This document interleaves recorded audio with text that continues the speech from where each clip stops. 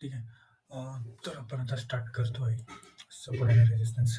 सगळ्यात महत्त्वाचं सपोर्ट आणि रेजिस्टन्स. आता हे जे मार्क केलेले आहेत वरती आणि खाली, यांना बेसिकली सपोर्ट आणि रेजिस्टन्स म्हणतात. पण मार्क करायचे कसे?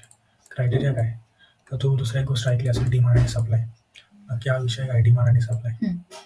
ठीक आहे. मार्केटमध्ये एखाद्या गोष्टीची डिमांड वाढते, म्हणजे समज नॉर्मली समजून घ्यायचं की साखर वगैरे आहे, ठीक आहे, त्याचं प्रोडक्शन भरपूर चांगलं आहे आणि मार्केटमध्ये तेवढीच डिमांड पण आहे. ठीक आहे. म्हणजे काय होतं, मार्केटमध्ये डिमांड जेवढी येते तेवढाच सप्लाय. पुरवठा आणि मागणी सेम आहे, त्यामुळे एवढं काय लोड घ्यायचं टेन्शन नसतं. त्यावेळेस काय होतं की समज एवढे मागवले जातात आणि एवढंच पुरवलं पण जातं. ठीक आहे. ह्याला काय म्हणतात, डिमांड आणि सप्लायमध्ये सगळा खेळ चाललेला असतो. ठीक आहे. तर बेसिकली शेअर मार्केटमध्ये हा डिमांड सप्लाय नक्की काय करतो, एखाद्या गोष्टीची आहे ना प्राईस समज कमी आहे, ठीक आहे, एक कमी प्राईस आहे आणि तिला जर डिमांड आली तर काय होणार, भाव वाढणार. बरोबर. आपण म्हणतो ना, एखाद्या माणसाला सारखं सारखं विचारलं का तो आपल्या टाळटाळ करतो, काय करतो, त्याचा भाव वाढला म्हणतो आपण. बरोबर.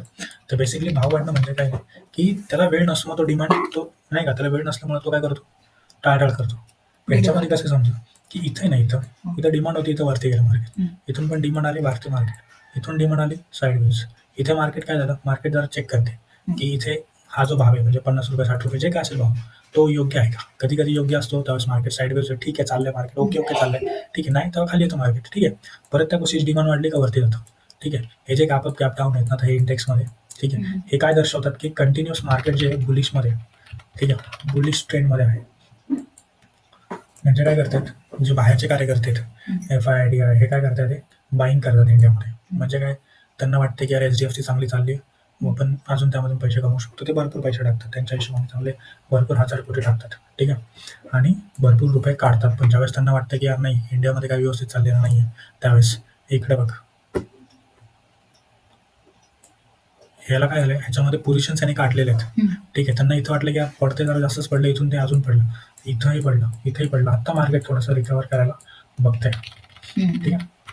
तर मार्केटमध्ये दोन गोष्टी कायम असणार आहेत, वर जाणार, खाली जाणार. ठीक आहे. हे प्रत्येक कॅन्डलला होणार, प्रत्येक मिनिटाला होणार, प्रत्येक तासाला होणार. आणि कुठलेही तुम्ही बघा, 15 मिनिटं घ्या, 10 मिनिटं घ्या, 4 मिनिटं घ्या, तुला वर खाली, कारण कॅन्डलचा स्वभाव येतो. तू म्हणू शकत नाही यार वरती कशाला गेली, खाली कशाला गेली, मला खाली जायचं होतं, ही वरती कशाला गेली, हे नाही म्हणू शकत. तिला कुठं जायचं, त्याच्या मागं आपल्याला जावं लागतं. ठीक आहे. म्हणजे मार्केट या प्रकारे काम करतं. मार्केटला घेणे देणं नाही आहे तुमच्याशी, मार्केट तुम्हाला ना ओळखत आहे ना ओळखून घ्यायचं आहे मार्केटला. Market is the supreme. काय, आणि मार्केट कशावर चालतं, प्राइस ॲक्शन. प्राइस ॲक्शन म्हणजे भाव. आता जो मोठा माणूस आहे, जो व्यापारी असतो, तो थोडी ना एवढा म्हणजे म्हणजे 10 रुपयाची मेथी, 20 रुपयाची मेथी असं नाही करत बसत. तो बोलतो मार्केटमध्ये डिमांड आहे का, ठीक आहे, मोठा माल उचला, सापल्याला ठेवा, थोडीशी महाग करा आणि विकून टाका. कळतंय. तर हेच हे पण करतात. ज्यावेळेस मोठे मोठे रिटेलर्स आहेत ना, रिटेलर्स तर काय एवढे मोठे नाही आहेत, पण जे मोठे कार्यकर्ते, FIDI, ठीक आहे, म्हणजे फॉरेन इन्व्हेस्टमेंट जे येते, तर डायरेक्ट इंडियाची पण जी इन्व्हेस्टमेंट आहे ती. आता तू अल्टिमेटली चार्ट जर बघितला आपण, ही एक कॅन्डल आता महिन्याची आहे. ठीक आहे. आता हा मध्ये जो दिसतोय ना, हा कोरोना काळ आहे, ह्याला म्हणतात पॅनिक सेलिंग. ही एवढी मोठी सेलिंग आहे ना, म्हणजे विचार कर, मंथली कॅन्डल आहे, पूर्ण महिनाभर, अजून कितीतरी वेळ ती जवळजवळ डाऊनच आहे. पण तू बघशील ना, तर याच्यामध्ये एक मॅजिक होते. मॅजिक काय, की हे जे ह्यांना जे कुठपर्यंत पडायचं हे डिसाइडेड कसं होतं, बरोबर का नाही. हे ना, हे इथपर्यंत आलंय, कोरोना मोठा होता, ह्यूज होता, हा अजून खाली का नाही आला, अजून इथपर्यंत का नाही आला, इथपर्यंत का नाही आला, बरोबर, इथपर्यंत येऊ शकत होता, पण आला का नाही. त्याचं कारण काय, डिमांड आणि सप्लायचे जे झोन्स आहेत, दॅट इज द रिझन. ठीक आहे. आता याला समजून घे. ठीक आहे. मार्केट काय झालं, भले मार्केटमध्ये पॅनिक सेलिंग आली, असा इन्सिडेंट 10-10 वर्षामध्ये होतो, आणि हा एक मेजर इन्सिडेंट होता. फॉल झाल्यानंतर इथं आला तो 1800च्या रेंजमध्ये, 1800च्या 1700 पर्यंत गेला होता. 1700 पासून तो बाउन्स करायला लागला. ठीक आहे. 1700 पासून जो बाउन्स केला त्याने, ठीक आहे, तो का केला, इथं त्याला सपोर्ट होता मागे, परत याच रेंजमध्ये थांबला पण होता. म्हणजे या रेंजमध्ये अशा ऑर्डर्स भरपूर पडलेल्या आहेत, ज्या त्याला अप साईडच्या बाईंग आहे. म्हणजे बाईंग कोण करणार, आता हे जे मोठे बाहेर आहेत ना, त्यांचं डोकं काय चालतं, की यार ही जी लेवल आहे 1700ची, ही आम्हाला एकदम योग्य वाटते, ठीक आहे, बाईंग करण्यासाठी.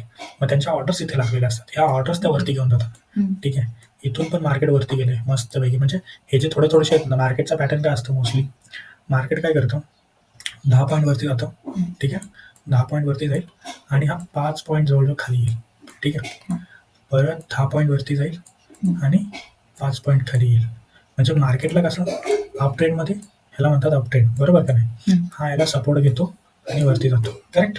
जो त्याचा प्रिव्हियस हाय असतो त्यालाच तो सपोर्ट घेतो. ठीक आहे. हा झाला सपोर्ट. मग आता बघा सपोर्ट ह्याच्यामध्ये आपण कसा बघितला आणि रेजिस्टन्स कसा बघितला, दोन गोष्टी आहेत.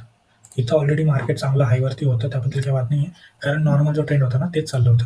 ठीक आहे, नॉर्मल ट्रेंड डिकचूक डिकचूक डिकचूक डिकचूक डिकचॅक डिकचूक डिकचूक, हे मार्केटचं बिहेवियर आहे. रचना रानडे काय म्हणतात, इंसान हो या मार्केट जाना सबको ऊपर ही. ठीक आहे, तर मग ही जी रॅली आहे ही ब्रेक झाली इथे, पण ती पूर्ण कव्हर केली. लक्षात ठेव थोड्याशा स्पॅनमध्ये, आणि मार्केट पूर्ण कंटिन्यू झोनमध्ये, म्हणजे जी आपली इंडियाची प्रगती होते ना त्याच्यावर. बँक निफ्टी ही म्हणजे बँकेची प्रगती बघा, आणि बँक हे खूप मोठं इन्स्ट्रुमेंट आहे, ज्याला जे जर हल्लं तर जवळजवळ भारताची अर्थव्यवस्थाही हलू शकते, एवढं स्ट्रॉंग इन्स्ट्रुमेंट आहे. आणि त्याचीही इंडेक्स आहे. ठीक आहे, ते बँक निफ्टीमध्ये जेवढ्या पण टॉप 10 बँक्स येतात इंडियाच्या त्या आहेत. ठीक आहे, आता राहिला प्रश्न सपोर्ट आणि रेजिस्टन्सचा, म्हणजे डिमांड आणि सप्लाय झोनचा. हे जर मास्टरी केली तर आपण लॉंग म्हणजे नाही का ट्रेडमध्ये चांगल्या प्रकारे थांबू शकतो. आपण कसं स्कॅल्पिंग करतो दररोज, आता आपण छोटे मोठे प्रॉफिट काढला समज, पण ही काय आपण स्कॅल्पिंग करतोय. स्कॅल्पिंगमध्ये काय मजा नाही आहे. ठीक आहे, माझ्या कोणाची माहिती आहे, जे लोकांनी मोठे मोठे आता इथे 9,000 झाले, ठीक आहे फाईन, पण जो मोठा शूटर आहे, ठीक आहे, जसं समज म्हणजे रिटेलमध्येच म्हटलं तर आता Subhashish Mane power of stock, तो माणूस काय करतो, तो थोडी ना एका एका कॅन्डलमध्ये काढत बसतो टाकत बसतो, असं नाही करत तो. ठीक आहे, त्याचा गेम कसा असतो मोठा, तो 15 मिनिटाची कॅन्डल वापरतो. त्याचे स्टॉप लॉसेस फार मोठे असतात, कारण तो मोठे प्रॉफिट पण घ्यायचे असतात त्याला. म्हणून आता 15 मिनिटावर क्लॅरिटी तुला आली असेल, आपण कुठे झोन मार्क केली होती त्याच्या हिशोबाने बघ कसं झालं. ठीक आहे, ह्याच्यामध्ये बघ हा जो आहे ना, हा म्हणजे मार्केट पडलं तरी इथे ऑर्डर्स आहेत लोकांच्या, त्या ऑर्डर्स त्या मार्केटला वरती घेऊन जातात. परत इथं आलं म्हणजे या झोनला आलं बरोबर, परत हा जो होता इथून यांनी वरती घेऊन गेला होता, हाच झोन आला ना परत इथे, आणि इथून त्यांनी वरती घेऊन गेला. बरं ठीक आहे, दुसऱ्या दिवशी आज गॅप डाऊन जरी मार्केट ओपन झालं, कळतं काल गोल्ड भरपूर पडलं होतं, एक्सपेक्टेड होतं की मार्केट वरती जाणार आहे म्हणजे जाणार आहे. बरोबर, आपण काल गोल्ड बघितलं होतं ना, कसली जबरदस्त फॉल आला गोल्डमध्ये. बरोबर, अनएक्सपेक्टेड होतं पण आलं. ठीक आहे, हा जो फॉल आहे हा खूपच ह्यूज आहे ॲक्च्युली, खूपच. ठीक आहे, आणि आता मार्केट सस्टेन केलं आणि वरती गेलं. तसंच त्यांनी काय केलं होतं, बँक निफ्टीमध्ये भले गॅप डाऊन ओपन झाला, पण काल परवापासून भरपूर चांगलं आहे, जरा पॉझिटिव्ह सेंटिमेंट्स होतं मार्केटचं.